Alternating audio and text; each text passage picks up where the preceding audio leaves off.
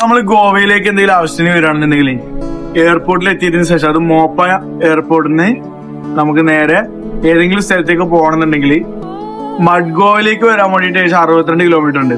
അപ്പൊ ടാക്സിക്ക് നമുക്ക് 2000 രൂപന്റെ മുകളിലാണ് വരിക. ഇർട്ടിക പോലത്തെ വണ്ടിയാണ് 2600 വരും.